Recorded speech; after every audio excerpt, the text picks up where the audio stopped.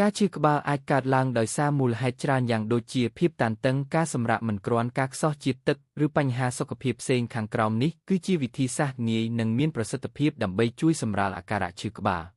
1. វិធីសាស្ត្រតាមបែបធម្មជាតិនិងការផ្លាស់ប្ដូរទម្លាប់ញ៉ាំទឹកឲ្យបានច្រើនការខ្សោះជាតិទឹកគឺជាមូលហេតុចម្បងមួយនៃជំងឺឈឺក្បាលការញ៉ាំទឹកមួយកែវធំអាចជួយឲ្យអ្នកមានអារម្មណ៍ធូរស្រាលក្នុងរយៈពេលខ្លីសម្រាប់ក្នុងបន្ទប់ងងឹតនិងស្ងប់ស្ងាត់ពន្លឺខ្លាំងនិងសំឡេងរំខានអាចធ្វើឲ្យអាការៈឈឺក្បាលកាន់តែធ្ងន់ធ្ងរព្យាយាមបិទភ្នែកសម្រាប់ 15-30 នាទីស្អំក្រណាត់ត្រជាក់ឬក្តៅវណ្ណប្រើរបស់ត្រជាក់ស្អំលើថ្ងាសបើអ្នកឈឺក្បាលបែបប្រកាំងប្រើរបស់ក្តៅវណ្ណស្អំលើកញ្ចឹងបើអ្នកឈឺក្បាលដោយសារភាពតានតឹងម៉ាស្សាស្រាល